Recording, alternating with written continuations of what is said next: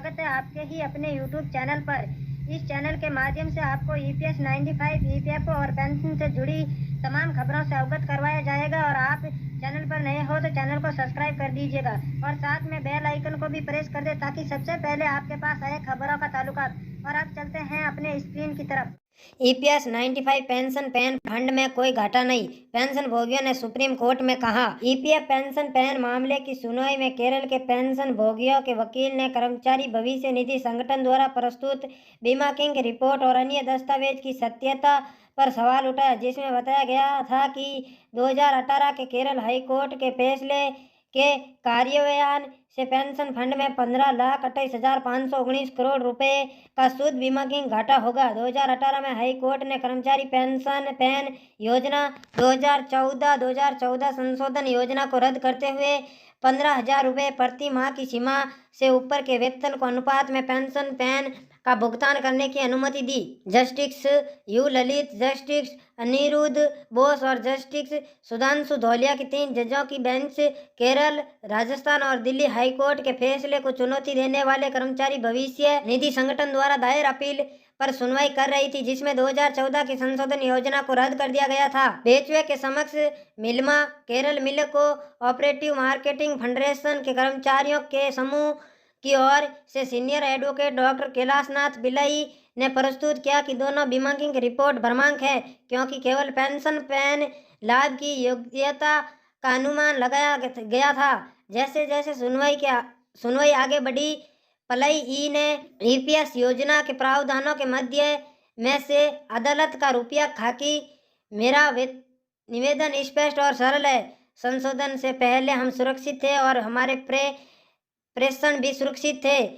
संशोधन के बाद खंड जोड़े गए हैं। बेचवे ने कहा, क्या हुआ? संशोधन से पहले आपको एक विकल्प का प्रयोग करना चाहिए या नहीं, वहीं वह पहलू थोड़े ग्रे हैं, लेकिन अब संशोधन के बाद उन्होंने इसे अनिवार्य कर दिया है। पलई ने तर्क दिया, यह एक नई शर्त है जो हमें स्वीकार नहीं है। यह पेंशन पैन योजना और भविष्य निधि अधिनियम की भावना के खिलाफ है। अदालत के आगे सवाल किया, जहां तक विकल्प व्यवसाय का सवाल है, आपने अपनी चुनौती कब उठाई? एडवोकेट ने जवाब दिया, उसी वर्ष हाईकोर्ट के समक्ष। कल सुप्रीम कोर्ट ने केंद्र सरकार से प्रश्न पूछे थे और वित्तीय बोझ दिखाने के लिए सामग्री मांगी थी, जो हाईकोर्ट के निर्णय के कार्यान्वयन पर तय सीमा से अधिक वेतन के अनुपात में पेंशन पैन की अनुमति देने का उत्पादन होगा।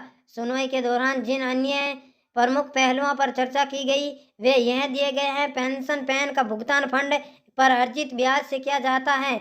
पलई ने बताया कि पेंशन पैन योजना के तहत पूल्ड पेंशन पैन फंड का कोष, जो 31 मार्च 2017 को 3,18,412 करोड़ रुपए था, 2 साल के भीतर बढ़कर 4,37,762 करोड़ रुपए हो गया।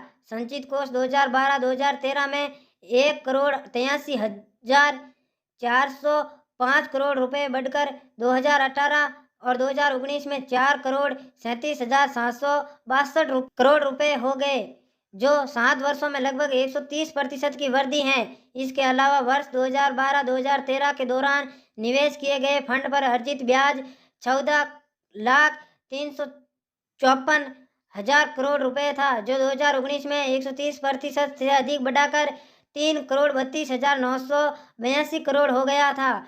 पलई ने बताया कि EPF और भारत संघ द्वारा तैयार की गई वार्षिक रिपोर्ट के अनुसार 31/3/2019 को पेंशन पैन की कुल राशि केवल 18,843 करोड़ रुपए हैं, जो अर्जित ब्याज का केवल 55% है। पलई ने EPF और संघ द्वारा तैयार किए गए डेटा की विश्वसनीयता को चुनौती देने और यह इंगित करने के लिए कहा कि यह गलत है। मूल निवेश कोष पर राशि को प्रभावित नहीं करता। फंड के मूल्यांकन में अनुमानित बीमा किंग घाटा होने के बावजूद फंड ने अब तक कोई नकदी प्रवाह की समस्या नहीं देखी। इसके अतिरिक्त उन्होंने रविंद्र भट्ट माननीय जस्टिस ऋषिकेश राय की पीठ ने फैसला देते हुए कहा कि सभी मामलों को WP नंबर 1658/86/2019 के साथ मार्च के पहले सप्ताह में सूचीबद्ध किया जाए।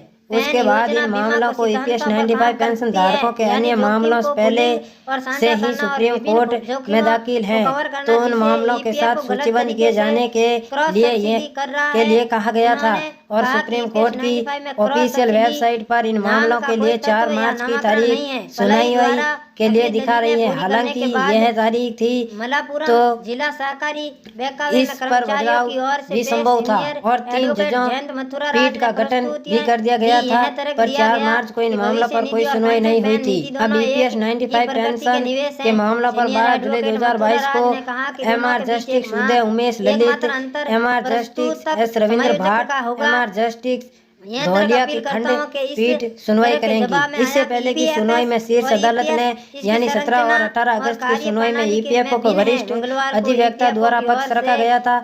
उसके बाद ईपीएस 95 पेंशन धारकों को अधिवक्ता द्वारा ईपीएफओ की दलीलों को मात देने के लिए दलीलें पेश होनी है और मामला को 24 अगस्त के लिए बाकी बची सुनवाई के लिए सूचीबद्ध कर दिया। उन्होंने तर्क दिया था कि उच्च न्यायालय के फैसले के अनुसार पेंशन में 50 गुना की वृद्धि होगी और वे पेंशनर्स के अधीक्षण के दौरान राशि की वसूली नहीं कर सकते। जनवरी में न्यायमूर्ति यू ललित की अध्यक्षता वाली पीठ के लिए केवल सर्वोच्च न्यायालय के फैसले को वापस ले लिया, जबकि उच्च न्यायालय के फैसले को रोक दिया गया था।